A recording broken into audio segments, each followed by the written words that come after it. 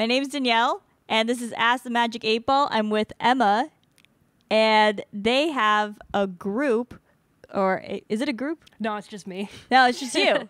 It's not like a Tame Impala thing where it's just like basically Kevin Parker. No, it's just me. Oh, cool. Me and my keys. SpaceCowboy Newt. SpaceCowboy Newt. Yeah.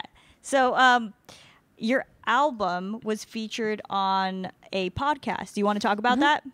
Yeah, I would love to. So, I love the podcast Welcome to Night Vale. Are you familiar with it?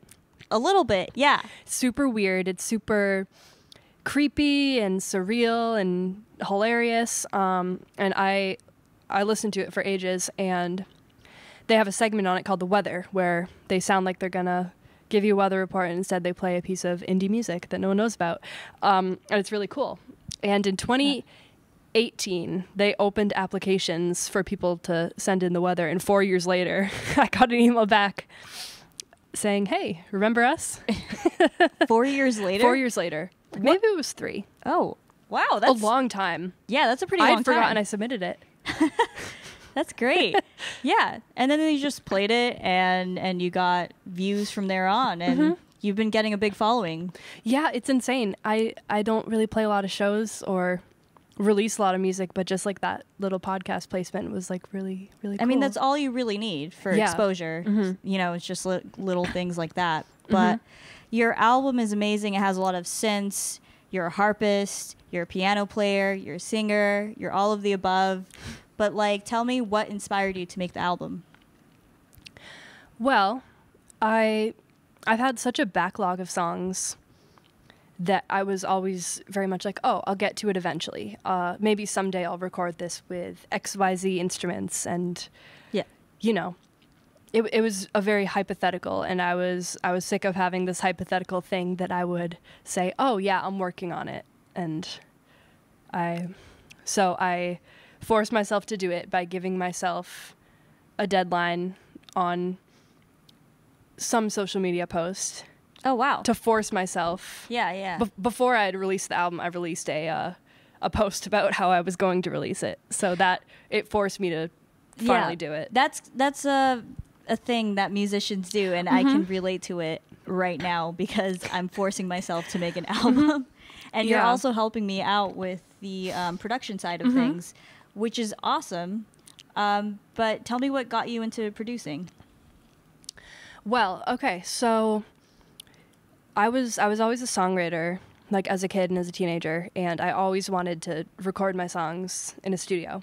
Yeah. And a very specific vision for what I wanted, and I went to a local studio, and I was so excited, and they did a great job, but I had no words to describe what it was I was looking for. Yeah. And I was seeing like all the knobs and buttons and the plugins and stuff, and seeing an engineer like be able to dial in sounds that they could like audiate internally and then know exactly what they wanted for a sound. That was so cool to me.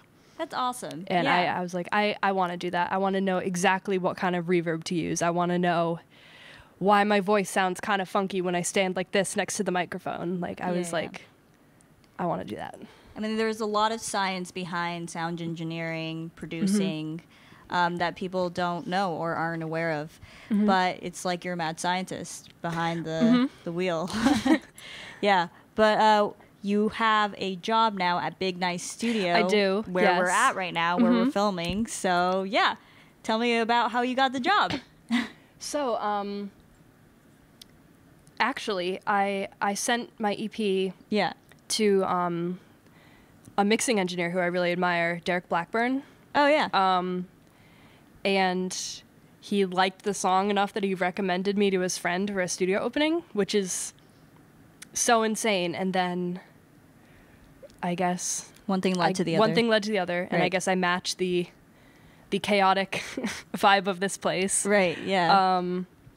But yeah, so I think I actually applied like through Indeed, which is so funny. That's amazing. That's amazing. You know, it takes like years for people to get in, but like Indeed is just awesome. Indeed is awesome. But I mean, I was working for many years at the studio that I first recorded at. Oh, yeah. worked there for a lot of years, and I still do like some freelancing stuff for them. Oh, cool. So it was cool to be able to like start out in a place where like I was really familiar. Like I went to music school there as well. Right. Yeah, that's and awesome. then move on to like just like a little bit bigger of a place, you know? Cool. All right. So yeah, we left off at a different place because one of our lights died. So here we are again. Hello. Hey. So yeah, we were talking about your album, I think. Yeah. And some of the inspiration and but let's switch gears a little bit. If you had 3 venues to choose to play from, where would you play? 3 venues. Okay. Yeah. So there's this place in Lowell, Mass that I love called Mill Number 5. Okay. And it's this giant, I guess it's a building Yeah. like the one we're in right now. An old New England mill that's been restored and turned into like a bunch of interesting shops and art cool. places and stuff. But they have like queer marketplaces where like people will have booths, like queer creators and stuff. I would love to play during that. I think that would be so fun. So that's the first spot. So that's the first spot. The second spot. Yeah. I want to do a house show from my house. Cool. Yeah. I want to do a backyard garden show. So my one of my housemates I think has a master's in botany and has the most amazing vegetable garden outside. And I want to do a show where like what vegetables are we talking about? Like cabbage or lettuce or what? Yeah. So we I think right now we have garlic, leeks, onions, kale, radishes. We're about to get blueberries. They're about to ripen. That's so sick. Yeah. Yeah. Fruits and veggies. Well, I need a grocery. Yeah. You got them in I your got the backyard. yard. I can go outside and just like graze on my radishes. Yeah, exactly. Whenever I want. Yeah, I guess. All right, what's the third place that you would want to play? The third place. Honestly, it's a place I've already played, but I really want to go there again. It's my musician friend Bill Bartholomew has this like artist loft again in an old mill. I really like old mills. And it's covered in like these enormous paintings. Yeah.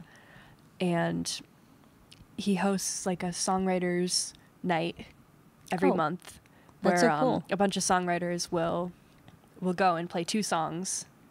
And it's like an hour-and-a-half show and all kinds of variety and stuff. It's just such a supportive environment that I would love to go there again.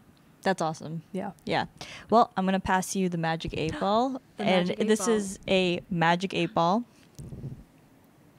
Otherwise, just a ball from the pool ball. All right. Go ahead and shake it. What do I ask it? I mean, well, that's up to you.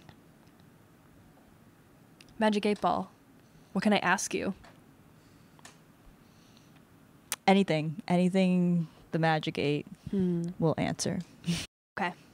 Magic 8 Ball. Will I ever see a ghost in my lifetime? Shake it. Oh my God. I'll see 8 ghosts. Yeah. Wow. 8 ghosts? 8 ghosts. There we go. Well, thank you so much for joining me. Anna. Thank you for having me. And yeah, I hope you enjoyed Ask the Magic 8.